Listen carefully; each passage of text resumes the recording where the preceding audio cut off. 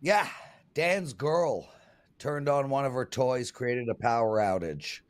Dan, man, you got to do better than that, bro. So here's what you missed. Jesse Schule was on the show. He likes Austria minus 105 against Turkey. That's a play in regulation.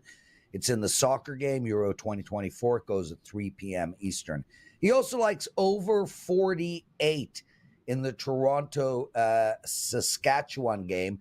And he's the $2 Tuesday handicapper over at WagerTalk on an 11 and 0, 5% run in baseball. He has a 5% play up tonight. Perfect time to try Jesse and WagerTalk. We also have Steve Merril joining us and Art DiCesare. But right now, it's all about Teddy Covers. Well, let's talk about what we learned last night. And what did I say yesterday right here on the show? Quote, MLB games are not independent of one another, particularly when it comes to totals. Overs beget more overs. Hot lineups and worn down bullpens don't disappear into thin air. Similarly, unders beget more unders. Cold lineups and fresh bullpens can stay that way for weeks on end. So when teams start to streak with their totals, I pay close attention, especially at this time of year, as the bats start to heat up with the weather. That's a quote from yesterday. So what happened yesterday? I had a 5% big ticket. I only had one in June, and this might be my only one for July. Who knows? I had the Nats Mets over. My number said 9 juice to the over, or 9.5. I wrote 9 minus 20 or 9.5 / I made my number. The markets gave me an 8, and I fired large. I've been running really good. I was on a 100% MLB run over the last 6 days. So what happened last night? Well, I was at least a good part of it was wrong. Mackenzie Gore threw a gem. David Peterson threw a gem. It's 3-2 into the 8th. The Nats sneak home a run to tie it at 3-3. I got over 8. The line got bet up during the day to 8.5. I'm not looking for a push, but now I've got a tie score and 2 dicey bullpens. The Nats get a scoring chance in the 9th. Tyrone Taylor will absolutely get a Christmas card this year. All we had to do is get that game out of the 9th inning. Taylor with a game-saving catch in right field sent it to extras, tied 3-3, and the game went over. In the 10th inning alone, the Mets scored 6 in the top, the Nats scored 4 in the bottom. Was it lucky? Absolutely, it was lucky. I'd rather be lucky than good any day of the week. I almost tweeted that. I thought about tweeting it, but didn't it? I didn't, because it wasn't all luck. I'll still stand, even though it took 10 innings to get there, I'll still stand by my basic handicap of the game. Even though both starters pitched better than expected, 2 dicey bullpens, 2 hot lineups. And that's what ended up being the difference in the ball games. These are the things that are going to get me on the over. You got suspect starters, hot lineups, worn down bullpens. All 3 of them got me on a big ticket over, a 5% over last night. Only 2 of the 3 played out, but the hot lineup stayed hot and the worn down bullpen stayed worn down. Took an extra inning, but it played out fine. And again, baseball, I've been doing all this focus on football with the NFL season win report coming out today. It's been all football. Baseball, I haven't been 100% focused, yet I'm 100% perfect over the last 7 days. Single best bet winner available right now. WT.buzz/TC. Lawrence? Teddy Covers. Keep it going, man. Keep it going. Guys, Steve Merril joining us. Steve, thanks for hosting yesterday. Much appreciated. How are you, my friend? Doing well. And Teddy, I was with you on the over in that game, and I was watching live because I wanted to see James Wood's debut. He was the number 3 prospect in baseball. And by the way, I purchased 37 Nationals tickets for the July 4th game yesterday. So hopefully he'll be in the lineup on Thursday once again to see him in person. I had some friends that were up there last night, so they got to see a doozy. But yeah, he got on base, 1-2 count, works a full count, gets a base hit in his first at bat, gets him over to third, and then they double out of that inning just like the first inning ended, and it's 0-0. I was like, screw this. I'm done watching for the night. And that was a pure under, I thought, until it became an over. And I love the fact that you're actually rooting for a defensive play in the 9th inning for an over bet. It's the only time in sports that'll happen. Teddy, you want to respond? Good. Okay. Yeah. Yeah. No one. We're good, dude. We're going to move on. We're going to move on to this game, Philadelphia Phillies versus the Cubs. And I mean, Steve, this is a fascinating game. You got the Chicago Cubs minus 125. They're playing one of the best, if not the best team in all of baseball. A Philly has not lost 2 games in a row in a long, long time. The Cubs have lost 6 of 8. Now, I get that the Cubs are putting a great pitcher on the mound, but he's only 1-4 in his last 5, even though his ERA is excellent. You like the Cubs here. Tell us why. No, I don't necessarily like the Cubs in this one, but it's an interesting game to talk about. And the reason I wanted to talk about this game is for a couple of reasons. First of all, we do have 2 young pitchers on the mound. There's different ways to handicap that moment. But your Phillies, they've had the best record in baseball for several months now. It's starting to wane a bit. Dan Alexander, Phillies #1 fan who hosts the baseball show. And oh, by the way, baseball show now here at 11 a.m. Eastern live every Monday through Friday, right before WagerTalk Today. So you get the ultimate doubleheader. MLB first pitch, WagerTalk Today, 11 and 12 Eastern time, Monday through Friday. So if you missed us live earlier, go back and check out that replay. But we actually did touch on this game in the show. And one thing I asked Dan, I go, if you blindly had to play on the Phillies for the entire month of July going forward, are you going to win money or lose money? And he and I both kind of agreed that, conventional logic would be that they're going to regress. They're extremely banged up right now, Prez, offensively. Several guys out, including Bryce Harper, for at least another week. And the offense is struggling. But their pitching's been fantastic all season. And my gut reaction was, they're probably a play against. But then you look at the money line tonight, like you were kind of making a point, is that you got the best team in baseball as an underdog here. So you do have to wonder if it's already somewhat being priced in that the Phillies are regressing. And I'm not so sure. You might not make money with them this month. And I don't have a problem backing Mercado tonight. This is a young pitcher that's only appeared once in the majors. So let's pull up his AAA numbers, which I like to do with these young guys.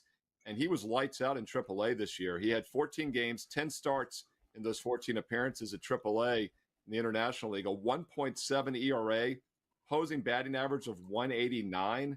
Really solid numbers. And I like to play young pitchers that the opposing lineups have not seen before. So Cubs team total could be worth a looking under for that reason. Meanwhile, on the other side, you got another fairly young pitcher in Hayden Wesneski. This is a guy that was drafted in the 6th round by the Yankees back in 2019, went to Sam Houston State. He's made 4 starts in his 21 appearances this year, very mediocre 3.6 ERA, a 1.1 whip, 1.2 whip. The bullpen will probably be involved a little earlier than normal for the Cubs tonight. The weather, though, we always have to check the wind. And when you see a 9.5, you figure the wind is probably blowing out. When I checked earlier today, it was about 8 miles out to left field. That could become a little bit more center field by tonight. But here again, I think it's an overreaction based on maybe the wind blowing out a little bit. 9.5, a very key number. So I would lean under 9.5 in this game, and definitely wouldn't argue against playing maybe both team totals under. Wesneski, by the way, in AAA this year, only had 3 games, but had a solid 2.3 ERA. So I think these are 2 pitchers that they're not going to be familiar with. I'd lean Phillies at an underdog price. Best team in baseball with a good young starter on the mound. Yeah, I mean, this line baffles me. I mean, it's a legit head scratcher, and with games like that, I tend to leave alone. But I just went back and looked. The last 14 series Chicago has played, they've won 2 of them, and 1 of them was a 2-game sweep over the White Sox. I mean, they've been consistently losing for the better part of the last 2 months. All right. We've talked about Philadelphia, and I want to get back to that point that you made earlier. Right now, we look at the Phillies. If we bet Philadelphia every game moving forward, are they money makers or money losers?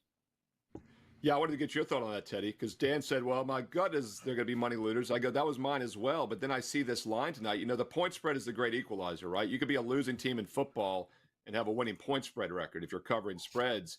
We're talking about winning or losing record the next month. I don't know. But a money line, if they're going to start pricing the Phillies as a dog against an overrated Chicago team, maybe they will be a money maker. My gut is that they'll probably be below money for this month because they're so banged up. But Teddy, what is your thoughts? I mean, it almost seems like it's become public knowledge now that their offense is banged up and that they've over-adjusted the money line. Well, the Phillies are the best winning percentage in baseball. They're more than halfway through the season. And if you bet Philadelphia in every game, you're up 7 units, at 55 and 29.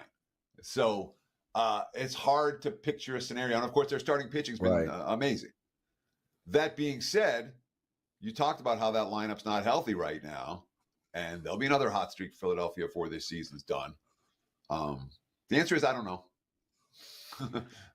That really is. But I don't know. But I think Teddy, I think I think that's a great point about, their record being so strong, and yet they're only up 7 units. It's almost like, where do you go from here? You're not going to go on that type of a win streak, consistently.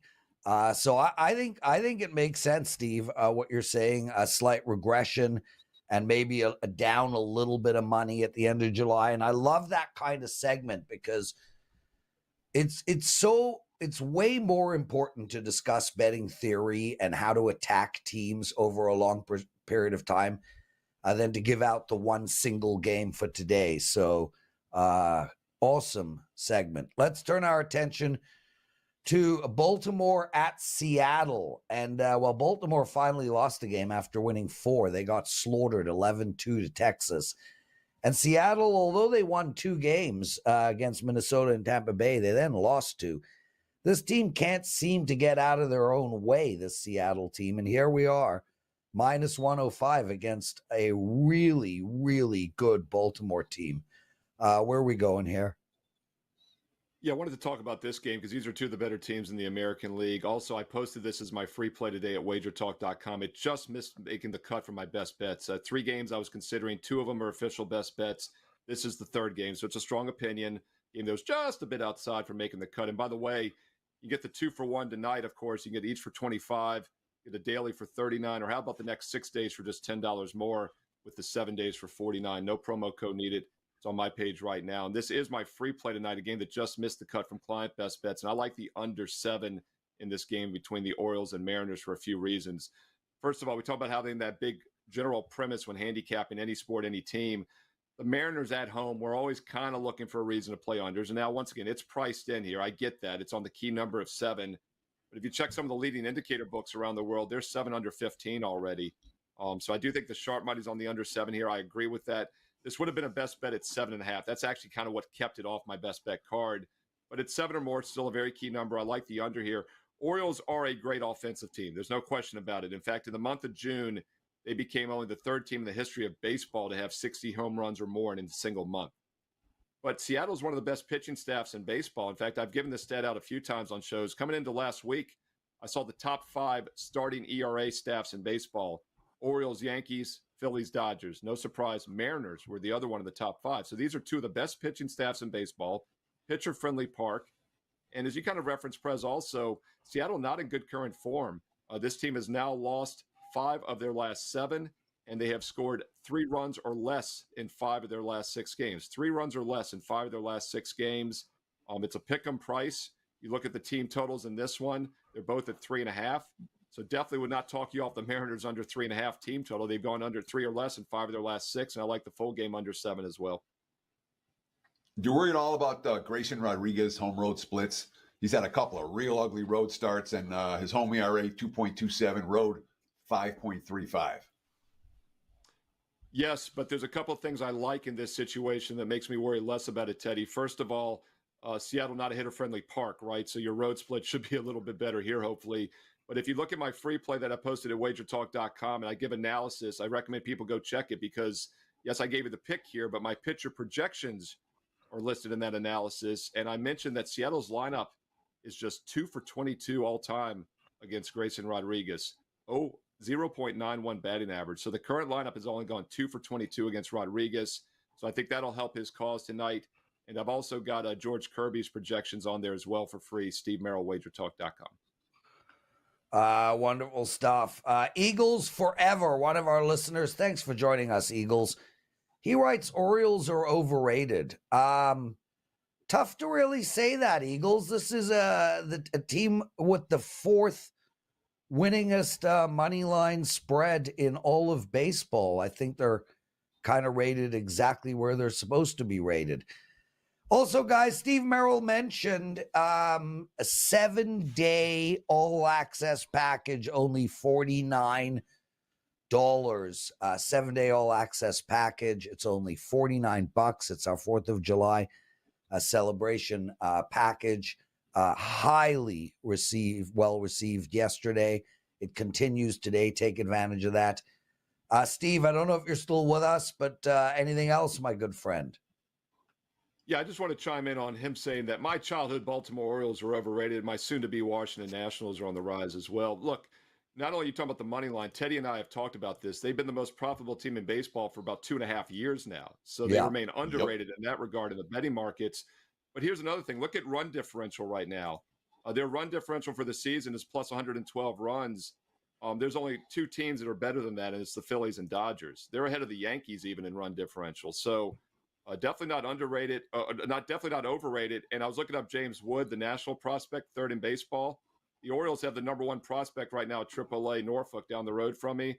They've got 3 of the top 20 prospects at AAA Norfolk, and they're still one of the best teams in baseball. This is going to be a play-on team for quite a while. Steve Merril, thanks for joining us, brother. Teddy covers. We're going to run the show a little late today, everyone, because of our technical difficulties. Art DiCesare's on deck. Teddy, it's time for your big game breakdown. Big game breakdown time. Baseball's been good for the clients and I over the course of the last week. Good, well, 100% perfect last 7 days in baseball. And I haven't laid more than minus 120 on any bet. I'm not laying big favorites. That's not what I do. And to be perfectly honest, I haven't been 100% focused on MLB this last week. NFL's been center stage in my life. The Win Report comes out at 3 p.m. Eastern today. But I have focused on one thing this past week.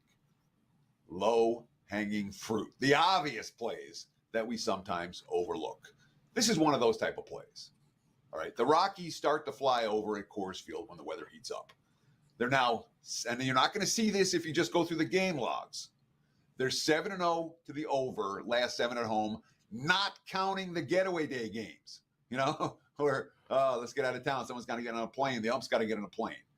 So this is not a getaway day game. 7-0 to the over, their last 7 at home in this spot. It's another warm evening in the thin mile-high air tonight. There were 15 runs scored in last night's game. Both teams, 8-7 final. Both teams were hitting. We have a pitching matchup that doesn't inspire any confidence from anyone. Dallas Keuchel, somehow or other back in the major leagues. He returned last week to make his season debut, and of course he got lit up. 5 runs, 8 hits, 4 innings against the Rangers. I don't anticipate a Coors Field start to be where Dallas Keuchel all of a sudden regains his ace-level form from 15 years ago. On the other hand, you have Ryan Feltner, who has a grand total of 5 quality starts in 16 outings this season, and a guy who has an ERA of over 7 at Coors Field this year. We had 8 different relievers in play last night, not counting Wilson from Milwaukee, and the relievers combined to give up 6 runs. I would expect very much more of the same tonight in the most hitter-friendly ballpark in baseball. And we have a couple of lineups that are going right now. The Brewers, they scored 6 runs or more, 5 of their last 8 games. They're 5th in batting average, 7th in runs scored. Colorado at home, a completely different animal. Yes, expect crooked numbers on the scoreboard. And look for the Rockies and the Brewers to get up and over the total, currently 11.5, the highest total on the board for good reason. Look for over Milwaukee, Colorado. There's your big game breakdown for Tuesday night. Lawrence? Art DiCesare joining us. Art, sorry we're running late, my friend. Appreciate you being with us. I'm going to get straight to it. Firstly, a huge shout out to all the people following us on TikTok. We now do live stream on TikTok so that you can see this show live every day. And we have a question from Tommy Wetzel. And Art, that's where we're going to start. He wants to know if we should bet the Yankees today. And here they sit minus 200 against Cincinnati. And I look at this, and the Yankees are not in good form right now. They've won 3 of their last 10 games. Cincinnati is, well, almost never in good form. I handicapped this game already, Art, and I like the over. Do you like the New York Yankees here at minus 200? Prez, I'm never one to ever tell anyone to lay $2 or more, or even like Teddy said, when you start talking baseball, minus 130, minus 140, I don't like, laying that type of, dollar amount. So I would say no. I'm with you, Prez. I think that the Yankees are kind of in their lull right now. Obviously, some injuries, some things going on. And listen, that happens in a 162-game season. So not that the Reds are world beaters, but there's no way I would go out and lay $2 with the Yankees. Yeah, no argument there. And the Yankees, who've been trending over I'm not playing them over today. Not with the injuries they have, not with the way Cincinnati is hitting. Slightly to the under in that ballgame, but I'm not going to bet it because the Yankees have been trending over. And I want to ask you this, Art. I've been talking a little bit about these MLB totals trends, and particularly as you get, June and July, you start to see some real total trends pick up steam. Do people bet this stuff every day, or do total trends just stay under the radar and people don't even pay attention, despite the fact, teams going over or under at a significant clip for a relatively significant period of time? Talk to me about total streaks and betting marketplace reactions. Sure, absolutely, Teddy. Does the public pay attention? Probably not. Probably not as much as they do pay attention to starting pitching and things of that nature. The people who do bet baseball, even the general public players who bet baseball day in and day out. But I think this is where you start to see not only the totals get moved, where we get to a point where we move half a run, we start seeing the full run move, where an overnight number could be 8, and then now all of a sudden it's 9. Or, the other way around. It was 10, now it's 9 because they're betting the under. So you start seeing the full run instead of the half run with some juice, move. So I think that's what you start to notice in late June, early July. Yeah, one of the things that I always talk about is that if a team wins 10 games in a row, they'll be the lead story on SportsCenter. If a team goes over or under 10 games in a row, the only people who will notice are the people who bet them over or under in the majority of those ball games. Are there any total streaks in MLB that you're seeing taking a fair bit of action now? Certainly on today's card or in recent days? Anything stand out to you when it comes to, hey, this team's taking a lot of over money lately. Hey, this team's taking a lot of under money lately. Anything stand out in that regard?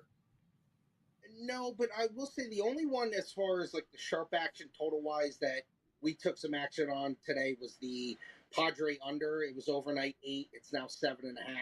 So a little bit of under money. One of our respected players came in and bet that overnight. But more of the stuff that we're seeing today is focused on sides and betting either a hot team or going with the pitcher or actually going against the pitcher.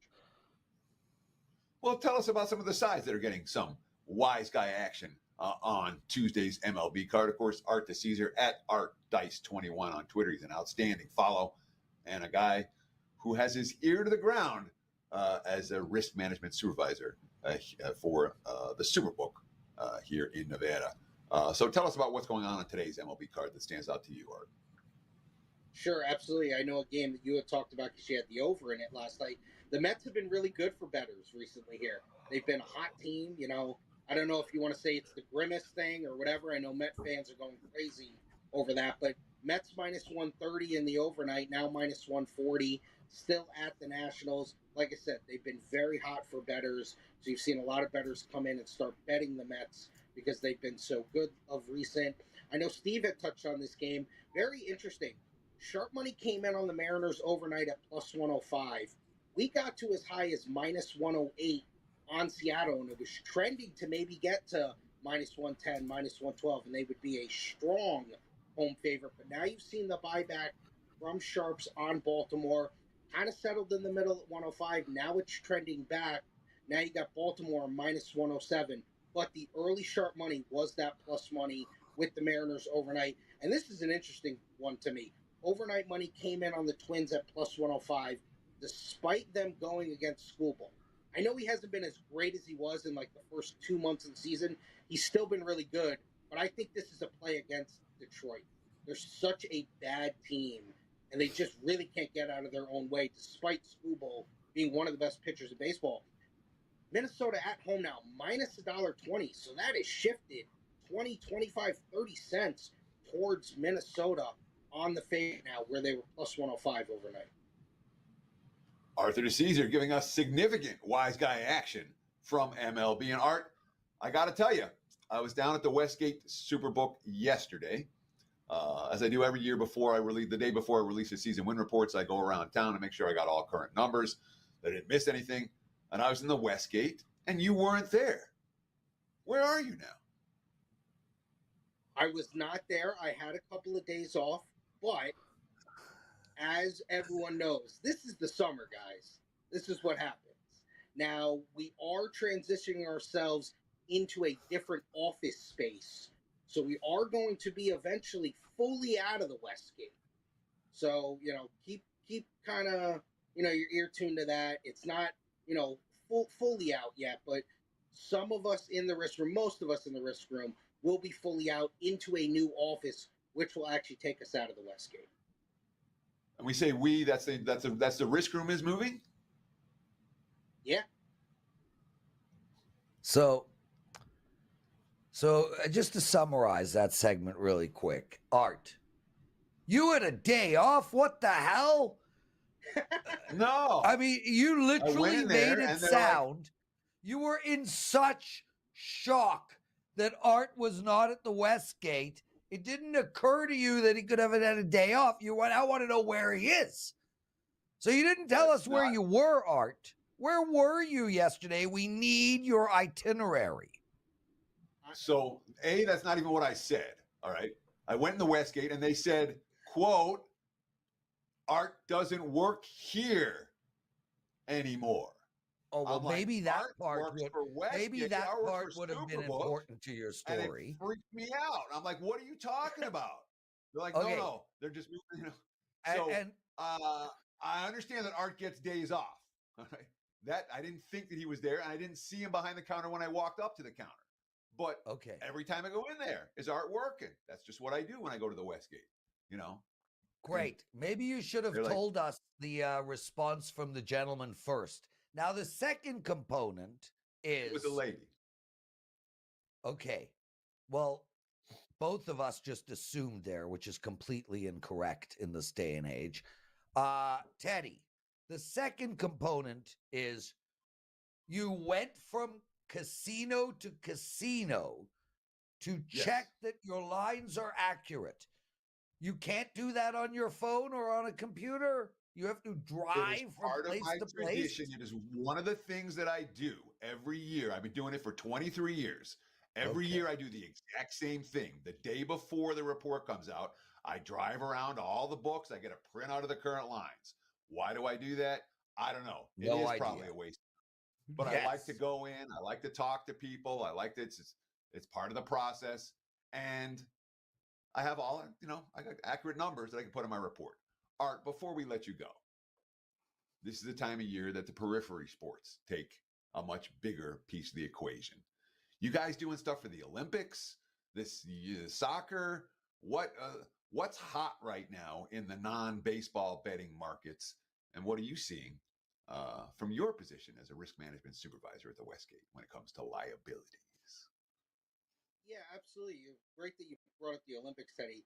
Of course, we are going to offer Olympic betting. Will we have every event, everything going on? No, but we will put out more of the popular sports, the track and fields and the basketball and the things of that nature that will obviously, all we want to do is write money. We want to right handle, and those are the sports that obviously we will see it. Listen, WNBA is still really popular. A couple of ones today that have seen some really good over money come in. You got the Lynx at the Liberty, open 164, now 167. Fever at the Aces in town. You got Caitlin Clark in town. Total overnight was 174. You're now seeing 179 that game. The Fever have been a crazy over team, especially in their first halves. Their first half right now is at 90. That's a crazy first half in a WNBA game. And Prez, let me throw a CFL game out there for you. BC Lions at Hamilton on July 4th. We opened BC minus 6.5. We've seen some Hamilton money. We're now Hamilton plus 5.5.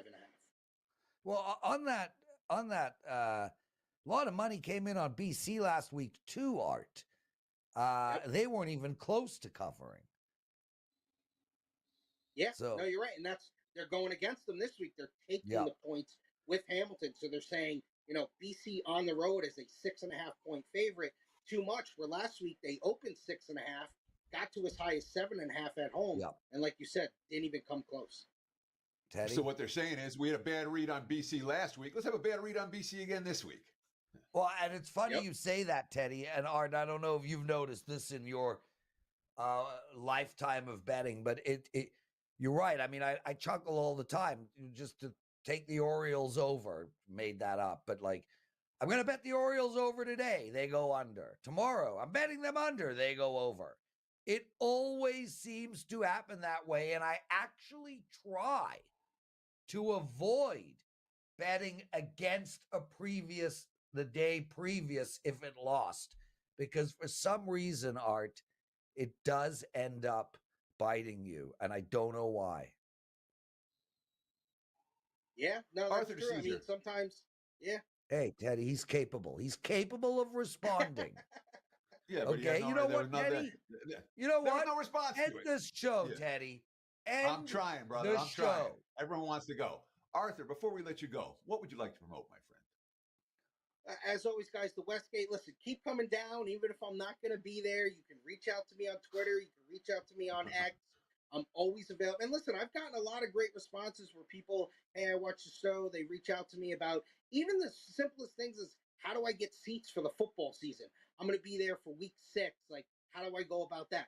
Just little things like that, guys. Don't feel like you can't reach out. Still reach out. I'm more than happy to respond and help anyone out that I can, because, you know, it's part of my job. And Excellent he's stuff. genuinely Art, a good man. Arthur DiCesare. Lawrence, that's going to wrap it. Generally or genuinely? Both generally and genuinely. That So being when said, he's I not genuinely generally don't a want to good see you man, anymore today. is he a bad So that's going man? to wrap it. That'll wrap it for the Tuesday That's edition. such a We'll do it again tomorrow, backhanded same compliment. time, same channel. Between now and tomorrow's show, enjoy the games, get that season win report, and best of luck with all your bets. Cheers.